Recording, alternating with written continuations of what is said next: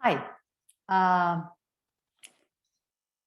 uh, Welcome, everyone. Whether you're here with me or watching the recording, I hope you're doing well. Today is the second session of the lecture series on role of nutrition in prevention or reduction of risk of cancer, and also nutrition during receiving treatment for cancer. That topic specifically would be the topic of the discussion next week. This week I continue on the topic of nutrition in general. And today I would be focusing on certain foods, certain appliances, devices we use, basically things that have been questioned in terms of whether they have a relationship with developing cancer or not. One of the most common topics, somehow controversial, is the role of sugar as it relates to cancer. We know that it has been studied that cancer cells metabolize glucose much better than anything else.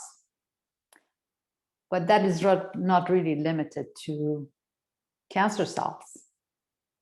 Our brain and our muscles metabolize glucose better than anything else. Brain basically feeds on glucose. So you can completely deprive your body from sugar, but we have sugar and we have sugar.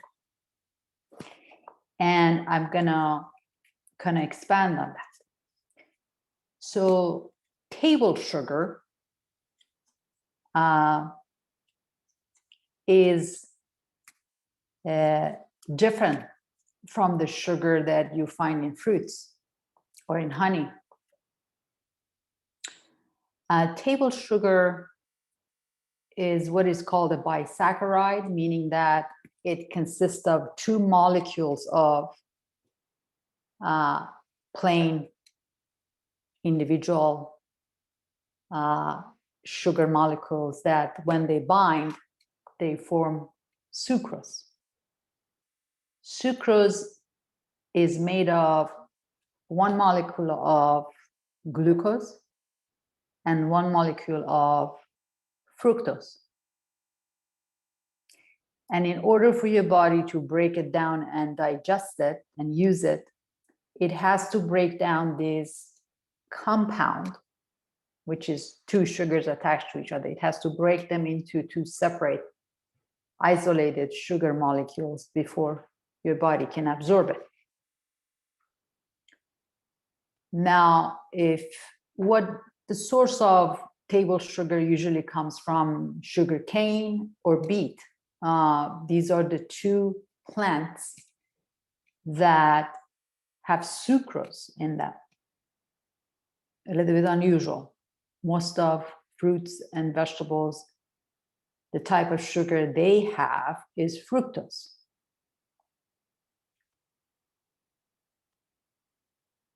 Now, the metabolism of glucose and fructose are completely different. They take place in two different areas of body, and they have different byproducts.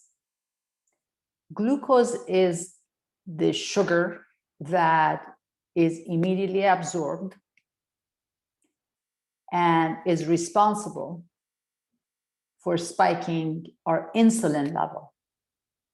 So whenever the level of sugar or glucose, better say glucose, in our blood rises, pancreas immediately responds by secreting insulin. Now, metabolism of fructose, which is the sugar in the fruit and vegetables, takes place in the liver. And as long as glucose is available in the bloodstream, body would not use fructose. Body first consumes all the glucose available, then goes to fructose. In the meantime, the fructose that is not being used and is being metabolized in the liver does two things that are not necessarily good. One is initiating a process called lipogenesis, which basically means production of fat. Why? Well, if fructose is not the main sugar that body is using and glucose is, that means that we may have extra fructose that is not being used. So body wants to store it. And the way you store, or your body stores, fructose or sugar, which is a form of sugar, is turning it into fat. The other thing that fructose does is increases resistance to insulin. What does that mean? It means two things. It means that it increases the risk of diabetes, and it leads to obesity. Corn syrup single-handedly is perhaps the most important factor, the most destructive nutritional fact in our processed food that is responsible not only for epidemic of diabetes, but also obesity in the United States. If you go in the center of grocery store where all the processed food are, you can hardly ever find a food that does not have corn syrup in it. Don't ask me why. Everything you look at contains corn syrup. Corn syrup has 55% fructose and 45% glucose. That means that the sugar that is changed into fat exceeds the sugar, the glucose, that our body readily absorbs and uses. So that's a recipe for obesity and a recipe for diabetes, because it generates resistance against insulin. Now, there are some misguided trends, such as using honey instead. Well, honey is 50-50 fructose and glucose, just like table sugar. Worse than all of them that I see in Whole Foods. Yeah. Hi. So I see that in Whole Foods market or HEB or wherever they are trending towards using more natural and things, is agave syrup. Agave syrup is not a good thing. It's worse than corn syrup. It has 97% fructose and 3% glucose. Therefore, 97% of it has the potential to turn into fat and make you obese. And 97% of it has the potential to cause insulin resistance in your body and make you diabetic. You might have heard the term metabolic syndrome. The most common syndrome in the United States of America. What is it? It's insulin resistance. How does that happen? Our pancreas does not have an unlimited potential for secreting unlimited amount of insulin. I'm not talking about people who have childhood diabetes. They have a problem with their pancreas. I'm talking about somebody who is born with a normal pancreas and can create normal amount of insulin. So what is metabolic syndrome? When you have a high content of simple carbohydrates, these are simple sugars that the moment you put in your mouth, your body absorbs. There's no processing time. So what happens with these simple sugars, when you take them and you eat them, you have a spike of sugar in your bloodstream. Boom, goes all the way up. And guess what follows? Insulin. Because when you have high levels of glucose, which is the favorite type of sugar body uses, pancreas responds because it wants to lower their level, because insulin has to help absorption of this sugar that has risen in your blood. So the spike of sugar in your bloodstream would be followed by a spike of insulin. What does insulin do? Insulin drop your sugar level. What happens when your sugar level drops? You immediately get hungry. So you're going to eat again. You just ate. You just ate. Your body shouldn't be hungry if you eat the proper food for hours. But if your food contains a large amount of simple carbohydrates, you go into this yo-yo or roller coaster of spiking sugar up, down, and along with it goes insulin. What does it mean? It means that you are producing, excuse me,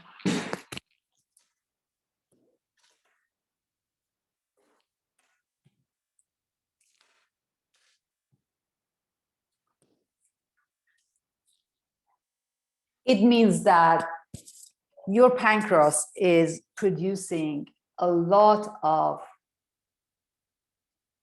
insulin.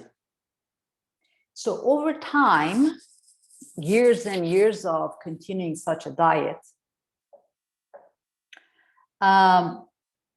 what happens is that your pancreas is no longer able to produce insulin. And when you don't produce enough insulin, you are officially diabetic. One of the other problems with metabolic syndrome is obviously obesity, because when you have a high content of simple sugar and your body is just spending a little bit of it, especially if you're not physically active, body is going to restore the rest of it as fat. And it becomes a vicious cycle. One is obese, they can't move as much as they want, they have joint problem, breathing problem, a slew of all kind of side effects from obesity, and they have metabolic syndrome. Metabolic syndrome has been associated with a variety of cancers.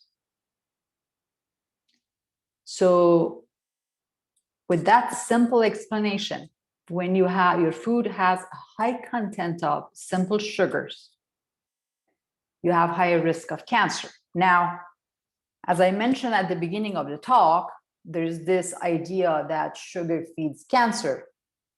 That idea is controversial. It is understood that cancer cells, they are hungry.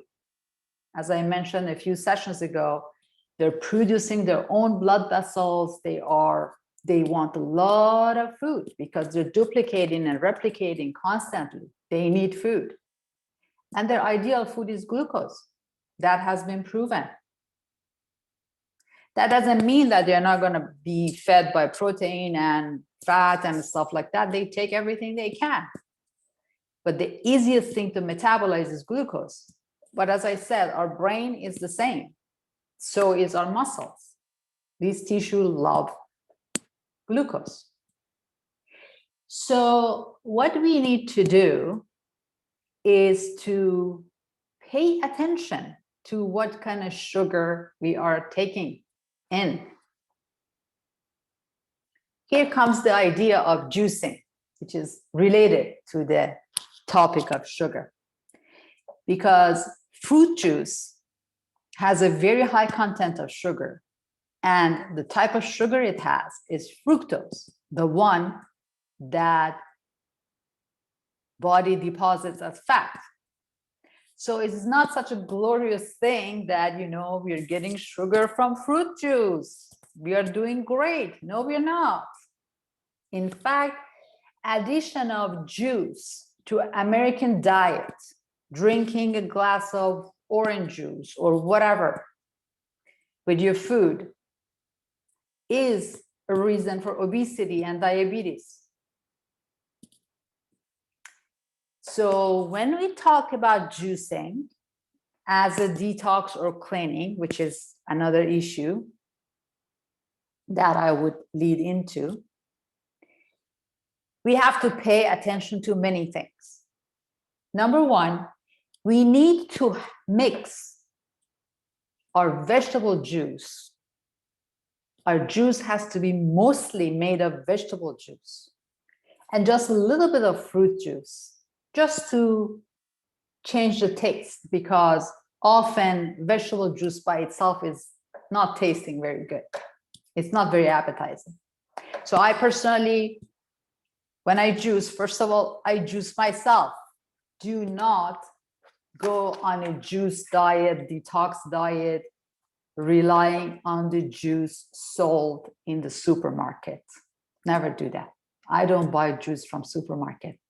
And I tell you why.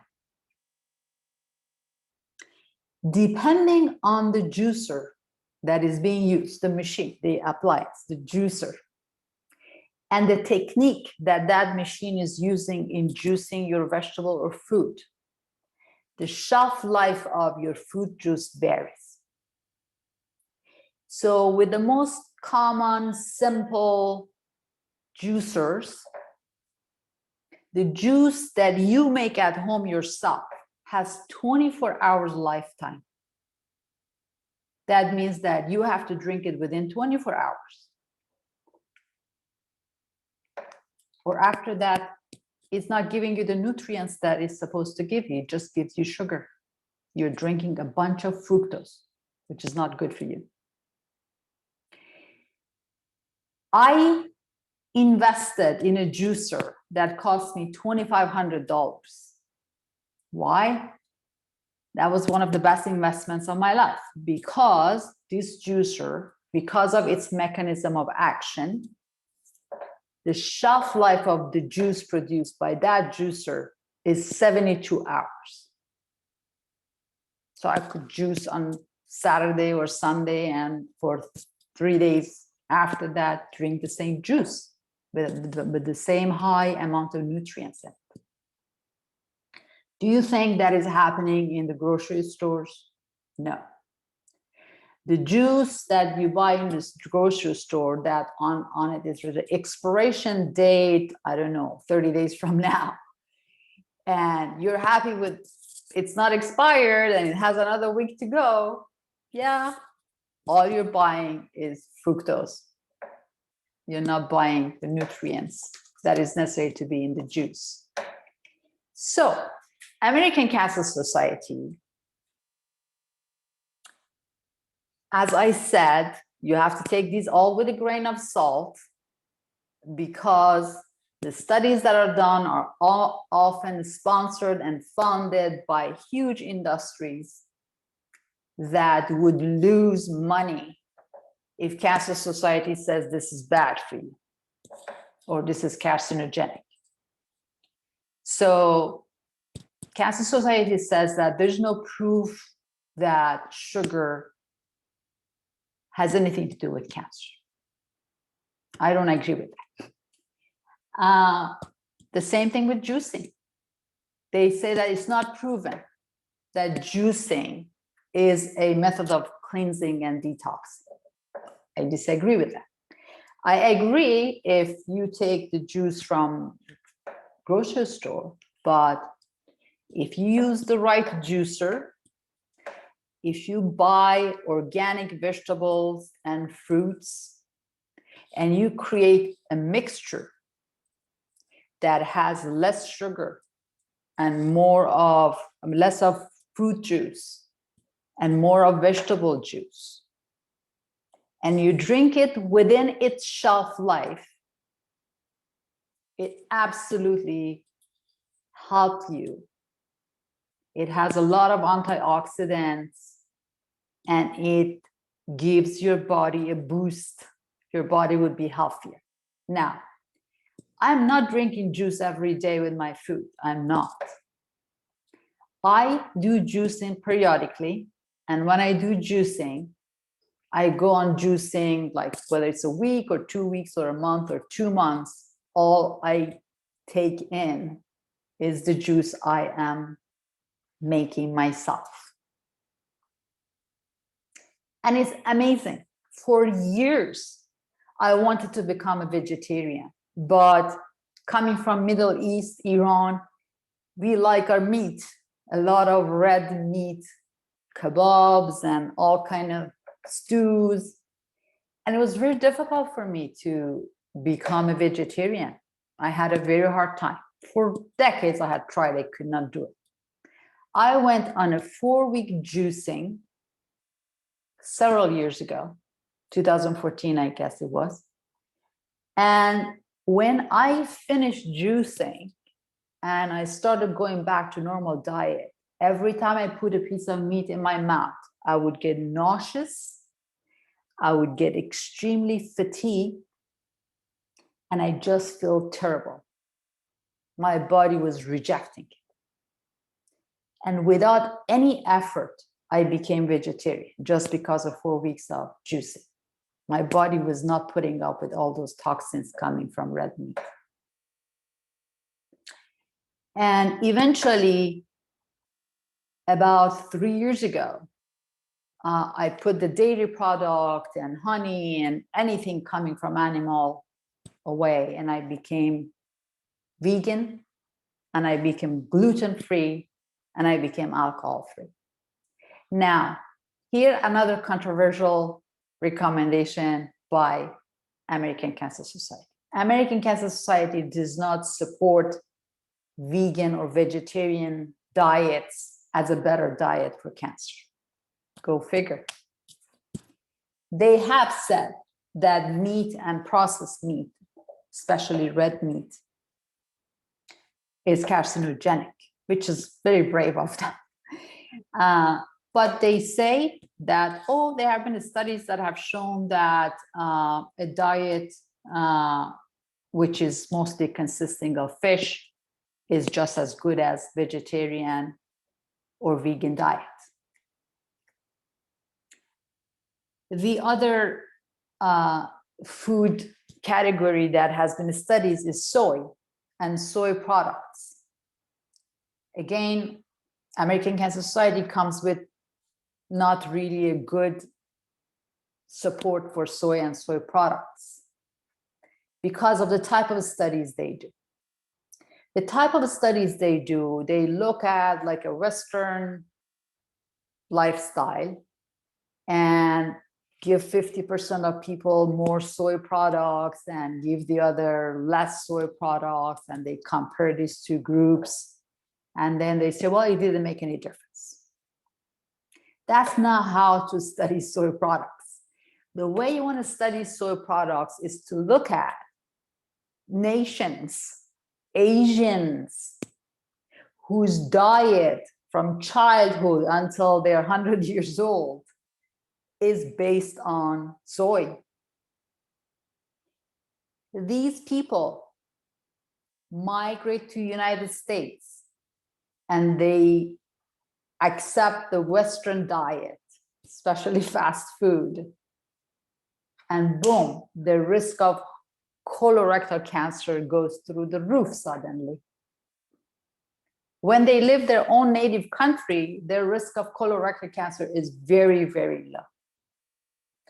They move to the United States 10 years later, they're not following the diet they were following at home. Now they are eating a Western diet kind of food, and their colorectal cancer risk increases in 10 years. That is how you want to study soy products. Soy products have some form of, I wouldn't want to call it chemical, it's isoflavones, that the molecule acts very similar to estrogen.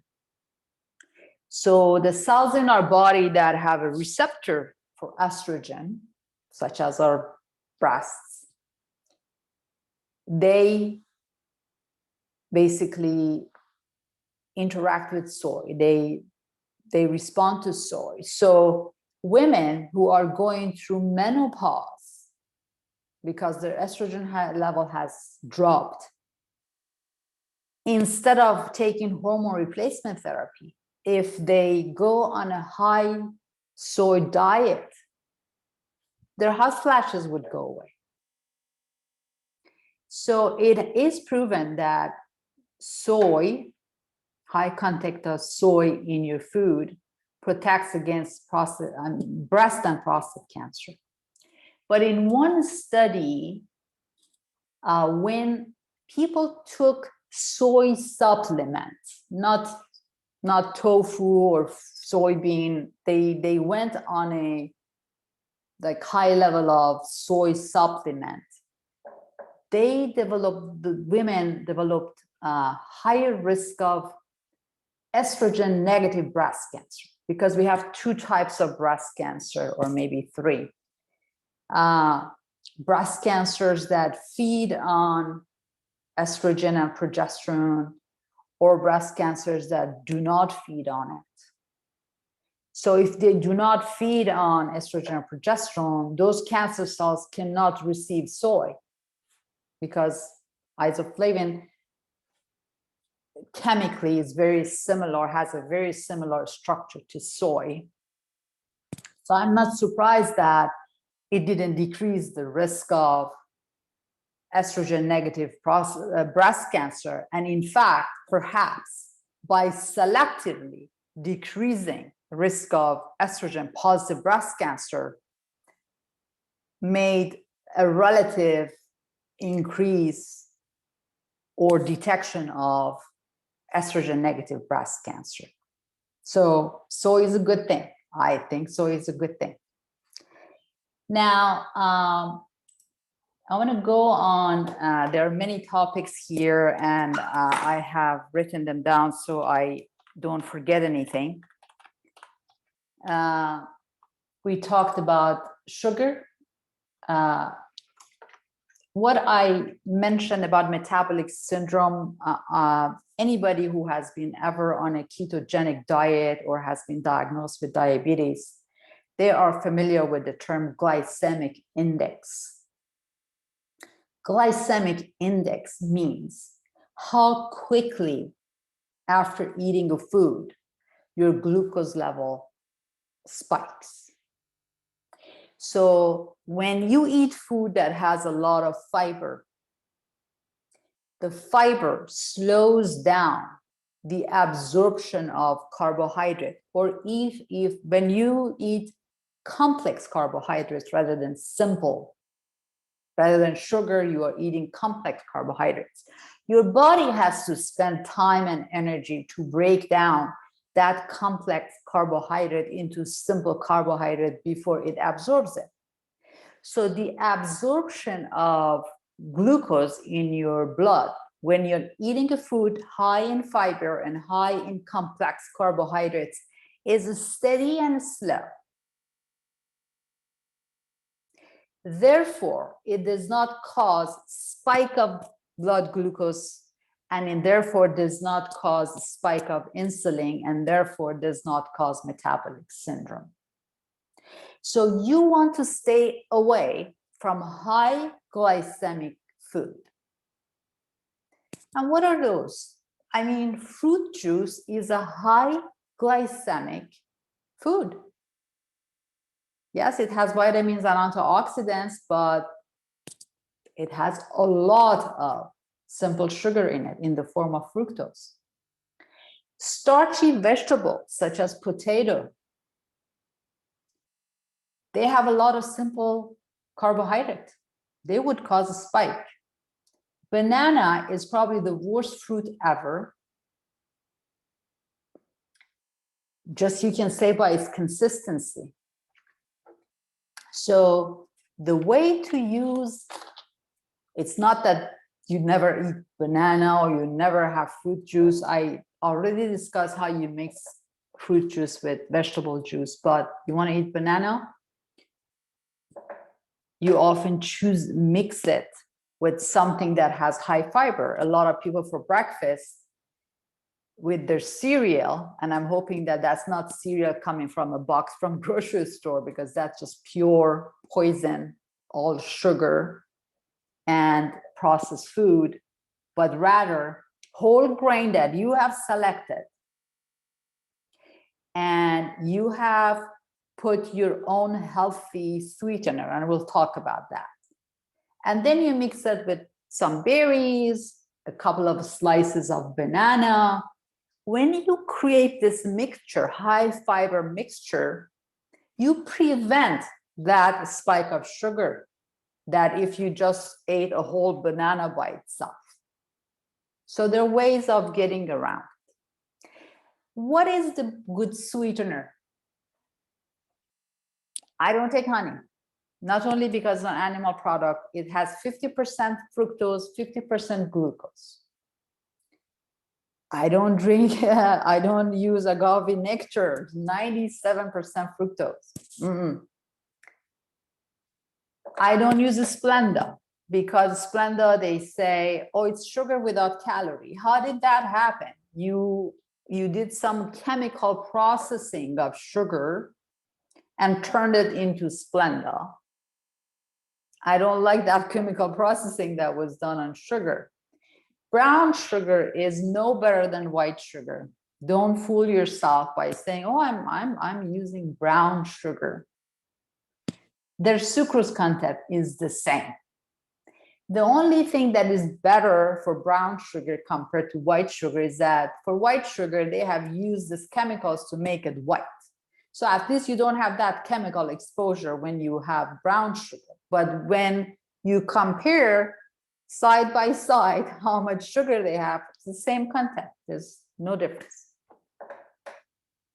What I personally use and recommend are things such as stevia and monk fruit for a couple of reasons. Few reasons. First of all, both of them are natural products. They're not chemically manipulated or made. It's natural. They are not glucose, they're not fructose, they are a compound called glycoside. And our body does not absorb them. That's why they're calorie-free. Also, they are about 100 to 300 times sweeter than table sugar.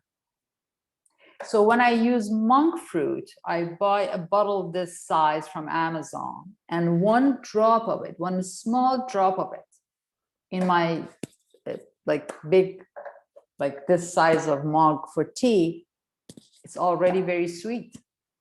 So that forces me to use less sweetener because it's sweet enough. And a bottle this much lasts me like a month or more. And it's not giving me any calories, not causing any glucose insulin spike. And it's a natural fruit. So those are the things that I recommend.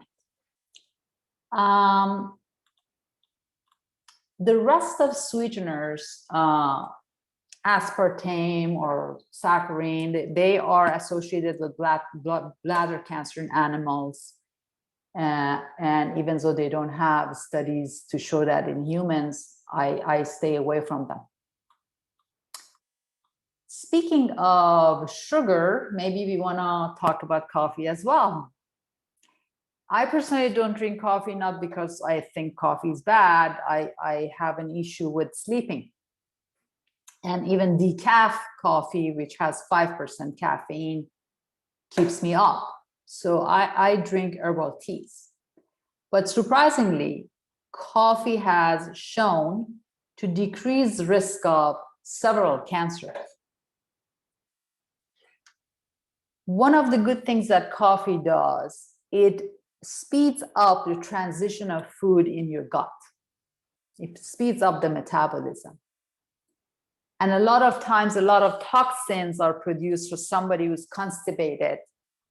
The residual food in the bowel produces a lot of toxins that while it's sitting in our gut, we are absorbing.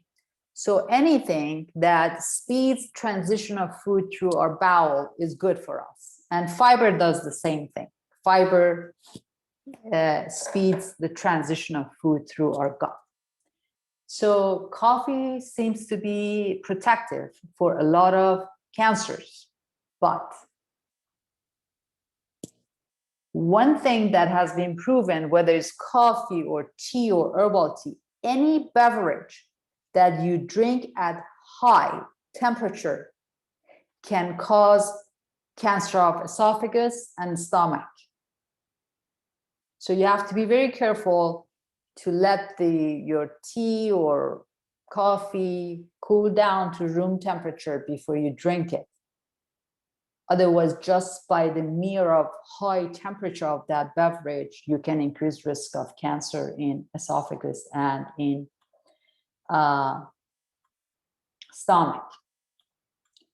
Moving on to GMOs, genetically modified food, which then helped me go into gluten-free diet as well. This is another controversial thing that American Cancer Society says. American Cancer Society says that current evidence suggests that foods containing GMO, genetically engineered ingredients, are safe. I disagree with that. Now, about 70% of all processed food in the United States have GMO in them. One of the most common genetically modified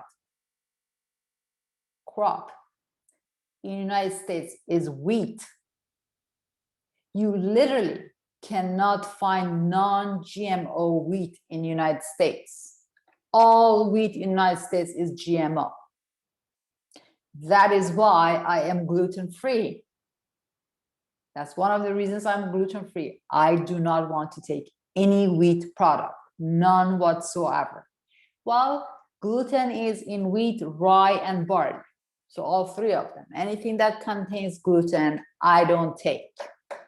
I don't take it mainly because wheat is all GMO in the United States. If I can find non-GMO wheat, I might have a piece of bread made of wheat. Until then, I'm not. The other reason that I am gluten-free is we know that people who have a disease called celiac disease, a genetic disease, they are highly sensitive to gluten. Gluten is a protein found in wheat, barley, and rye. And they get diarrhea, malabsorption, all kind of things. So they need to avoid even the smallest amounts of gluten. So when I go to a restaurant and I say, you know, please show me your gluten-free menu, they would ask me, they say, do you have celiac disease? And I say, no, I'm by choice gluten-free. They feel safer because if I have celiac disease, even cross-contamination putting a little bit of gluten in my food would cause me to get sick. But when I don't have celiac and it's my own choice to become gluten-free, then if there was some cross-contamination, it's not going to make me sick. And that's why they ask. What does gluten do? Gluten causes inflammation. Why is inflammation bad? Inflammation, chronic form of inflammation, is the basis for many, many chronic diseases, serious diseases, including cancer. Inflammation drives your immune system crazy. Inflammation is response of your body, reaction of your body to something it doesn't like. So when gluten or anything else, red meat, processed food, is causing inflammation in your body, your immune system is under a lot of pressure. And it can't defend itself against cancer or any other diseases that normally our immune system would easily take care of it. That's why you want to avoid inflammation. Now, let's talk about organic foods. Obviously, we prefer organic food. Why? Because by definition, organic food is a food that does not have any artificial chemical. It is not GMO. If it's plant, pesticide and herbicide has not been used. If it's animal, the animal has not been given hormones or antibiotics. Now, you have to be really, really careful when you shop. I don't know about Europe or Australia or Canada, but United States, they put label of organic on a lot of things that are not organic. So you want to make sure you read it carefully. There has to be reputable organizations that they have to give a stamp of approval to that food that, yeah, this is really organic. Now, one thing that I disagree with American Cancer Society is that we know that organic food is relatively more expensive than non-organic food. So American Cancer Society says what we care more is that you take the recommended amount of serving of fruit and vegetables per day. So they recommend 2.5 to 3 cups of vegetables, 1.5 to 2 cups of fruits per day. Now they say if you cannot afford to get 3 cups of vegetables organic and 2 cups of fruit organic, we prefer that you take 3 cups of non-organic vegetables and 2 cups of non-organic or inorganic fruit rather than cutting the serving because you want to have organic. To me, that sounds telling me we prefer you take more of a bad thing than less of a good thing. And that's why I disagree. Thankfully, I can afford organic vegetables and fruits. But if I could not afford the number of servings required per day, I would prefer to have less servings of organic food rather than the serving recommended of inorganic food that has chemicals and pesticides and herbicides in it. I don't think that's going to help me prevent cancer or reduce risk of cancer. So GMOs, we just talked about it, but the reason, what is a genetically modified food? Why do they genetically modify? It's all about the bottom line.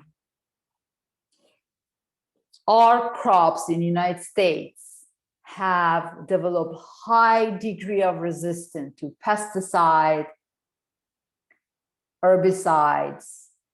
So every year they're making it stronger and more potent and more toxic herbicides and pesticides because all the pests have become resistant to these pesticides that they have been using for decades.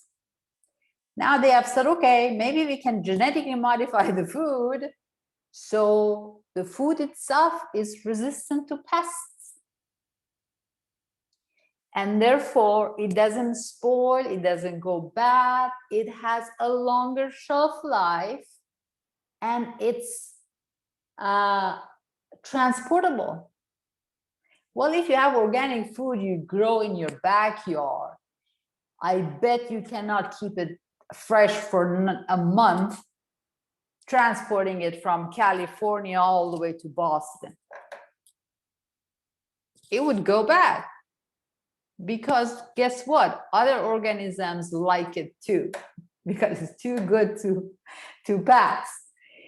If something is so bad that even pests don't want to eat it, you don't want to eat that. That's bad for you. It's a very simple rule. So what they're doing with GMOs is really saving money for agriculture and other food industries because they don't want to lose food because it's going bad. They don't want to lose food in transportation. They want it to be so bad that even pests don't want to eat it. So we have plenty of time to transport these from one side of the country to the other side of country. The fruit you eat in Boston is the same that you're eating in Texas, the same you're eating in Michigan. That's not the right way. The right way is to eat local food in season. There's a reason that certain fruits and vegetables grow in fall and some of them grow in summer. You're not supposed to eat things that grow in fall in summer and vice versa. Unfortunately, when these industries get monopoly over agriculture, local farmers are all out of business. You hardly can find a farmer's market that can give you every ingredient you need. But if you can, that's the way to go. To know your farmer, local farmer, to know your farmer's market, to trust them, to have a relationship with them, and buy organic, locally raised and produced food. That is why GMO is bad. The other thing that they do that is really, really bad is that because, especially when it comes to fruit and vegetable, they don't want to wait for an apple to be ripe to pick it off the tree and then ship it. Because guess what? It's the fruit is ripe. It's going to go bad during the transportation. It's not going to be fresh and good by the time it goes from California to Boston. So they have come up with this clever idea that they pick the fruit when it's not ripe. Bananas are green. Apples are like, they don't have any color. They're just not ready. They pick them up. They don't have nutrients because when the fruit ripes, that is when it has the maximum amount of nutrients that can give your body. When they pick it not ripe, then they ship it from California to Boston. Then they put them in gas chambers. They gas them. By force of gas, they turn the green color of the banana to normal color. The apples become red. They don't have any nutrients. They just look good. That's all. If you grow your own tomato in your backyard, the tomatoes, they may come in different shapes, different colors, but they have nutrients. They're not perfect because they're not made in factory. Nothing in nature looks like same pairs of shoes made in factory, the same color, the same shape, the same size. That has become the goal of our grocery stores. Apples, if it looks a little bit different, they throw it away. They all have to look certain identical size, identical color, identical shape, but no nutrients. All you're getting is fiber and water and sugar from these fruit that are produced the way they are produced. One proven relationship between pesticides is with non-Hodgkin's lymphoma. And I'm sure that's not the only one, but that's the only proven one so far. And American Cancer Society considers pesticides and herbicides group 2 human carcinogens, which means probably, I bet you for that word probably they put in front of it, they got millions of dollars from companies that produce herbicides and pesticides. So I take that probable with a grain of salt. Now, I'm kind of running out of time and I still have some things to talk about. So I think I'm going to stop here and leave the rest for next week. That would expand these lectures to 4 lectures instead of 3, but I prefer to be comprehensive rather than rush through them. Nothing is chasing me. So with that, I'm going to stop the recording and answer questions.